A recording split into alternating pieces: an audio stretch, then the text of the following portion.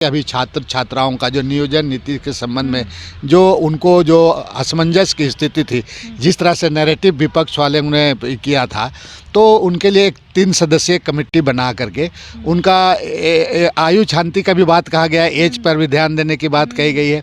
तो ऐसा नहीं है कि मुख्यमंत्री जी इन तमाम चीज़ों को वो ध्यान नहीं दे रहे हैं, सो बात नहीं है। हमको लगता है कि इन तमाम चीज़ों में आने वाले दिन में ये सारे चीज़ दिखाई देंगे। भारतीय जनता पार्टी चूँकि वो विपक्ष है, उनको आप उनको बोलिएगा तो ज़मीन के बारे में बात नहीं करता है, यहाँ का ज़मीन के बारे में नहीं बात करता है, यहाँ का आदिवासियों के बारे में मूलवासियों की बात नहीं करता है। यहाँ पर आपको सरना कोड हुआ, चाहे खतियान के बारे में नियोजन, उस सब चीज़ों में बात वो नहीं करता है पूरा।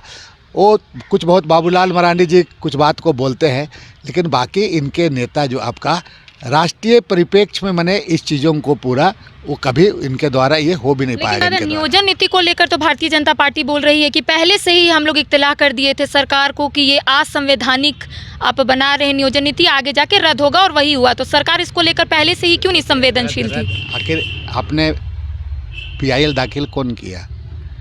उन्हीं के पार्टी लोग किया। आपने असंवैधानिक आपने बोला कि भाई असंवैधानिक होगा ही होगा, अब बनने तो दीजिए। कहीं बना है तो कहीं गलती भी हुआ होगा, तो गलती को रेक्टिफाई सरकार करेगी। आप क्यों इतना परेशान हैं? लेकिन जो मुख्य याचिका करता है वो झारखंड के ही है। इसी बात को, और झारखंड के और किस पार्टी के, उसको भी आपको देखना होगा। मैं उनके द्वारा कह रहा है कि भाई नहीं असंवैधानिक होगा, भाई वो बना रहे हैं, यहाँ का हित के लिए बना रहे, हित सोच करके बना रहे हैं। अगर कहीं त्रुटि होगी, गलती होगी तो सरकार उसको सुधारेगी।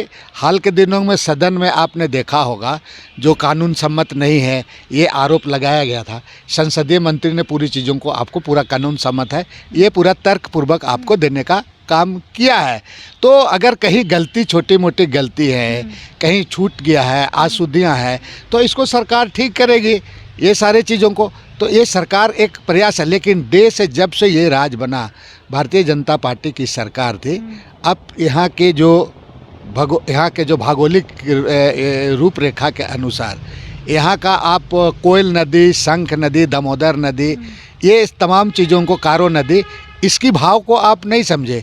यहाँ के लोग इस चीज़ों को आप कहते हैं कि भाई चलना ही नाच है, बोलना ही गीत है, उन भाव को आपने नहीं समझा इन चीज़ों को, और गलतियाँ आपने कर रखा है। इतना गलती किया हुआ है, उसको विगत 3 साल में पूरा, उस साल 2 साल कोरोना रहा, और इतने कम दिन में अगर ये हेमंत सोरेन गठबंधन की सरकार कर रही है तो इसको निश्चित रूप से इसको बेमिसाल कहा जा सकता है। बाकी भारतीय जनता पार्टी जो बोले, अब तो यहाँ कुछ भी काम यहाँ होगा तो भारतीय जनता पार्टी आप तो देखे होंगे। एक चीज़ मैं ये भी आपको कहना चाहूँगा कि लगातार 2019 के बाद हाउस चला, सदन में इनका क्या रवैया था, किस तरह से लोग सदन को हाँकने का प्रयास कर रहा था, ये किसी से छिपा हुआ नहीं।